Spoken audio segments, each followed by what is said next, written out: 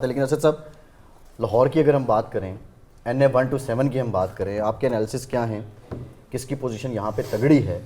और आप गालिबन बात कर रहे थे ब्रेक से पहले कि नवाज शरीफ साहब अगर लाहौर से हार जाएं तो बहुत मुश्किल हो जाएगा, लेकिन अगर बिलावल साहब जीत जाएं NA 127 तो वो कितना बड़ा सेटबैक होगा PMLN के लिए? अगर आप मुझे इजाज़त दें तो एक मिनट में ज़रा मौलाना पर बात करना चाह रहा था। जो भी बात हो रही थी, देखें खैबर पख्तूनख्वा में मौलाना के जो स्ट्रॉन्ग होल्ड्स थे, जहाँ जहाँ पर थे, कुर्रम में उनकी अच्छी प्रेजेंस थी। पिछले इलेक्शन के रिजल्ट हम देखें, अगर जहाँ वो जीते थे या जहाँ वो पर नंबर 2 रहे थे, मर्दान में उनके बेहतर रिजल्ट था, साउथ वज़ीरिस्तान में था, टांक में है, यहाँ खुद पेशावर में उनको वोट मिलता था। लेकिन अब आप देखें तो इस वक्त खुद असद महमूद जो उनके साहबजादे हैं, वो एक सीट छोड़कर बाकी सब जगहों पर वो सिर्फ होप कर रहे हैं कि वो जीत पाएँ। यानी 2-3 जगहों पर कोहिस्तान में चलें, एक अच्छा मुकाबला वो कर सकते हैं, साउथ वज़ीरिस्तान में थोड़ा सा फाइट में है, कुर्रम में थोड़ा सा है। इसके अलावा मौलाना फजल रहमान और वो जो एजिंग फैक्टर की बात कर रहे थे ना, मौलाना कासिम मर्दान से लड़ते थे, बड़ा अच्छा टफ टाइम उन्होंने दिया था पिछली मरतबा अली मोहम्मद खान को, 2000 वोटों से अली मोहम्मद खान जीत पाए थे।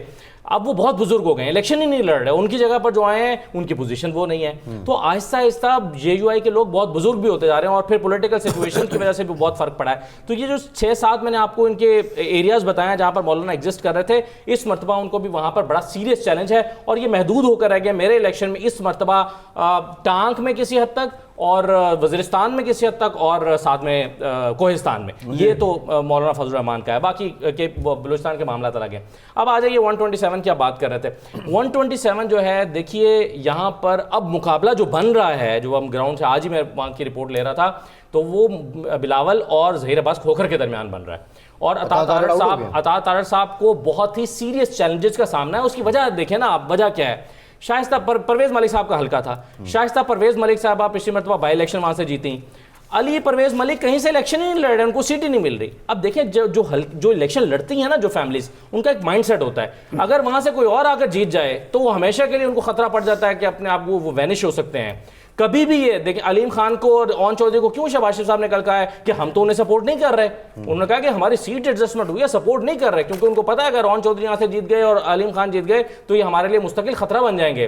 तो इसलिए एक तो अता तारड़ साहब को वहां से उस फैमिली की सपोर्ट नहीं मिल रही जो फैमिली वहां से इलेक्शन लड़ती और जीतती है। दूसरा, वो बिल्कुल नए हैं इस हल्के में, उनके वहां पर रूट्स नहीं है।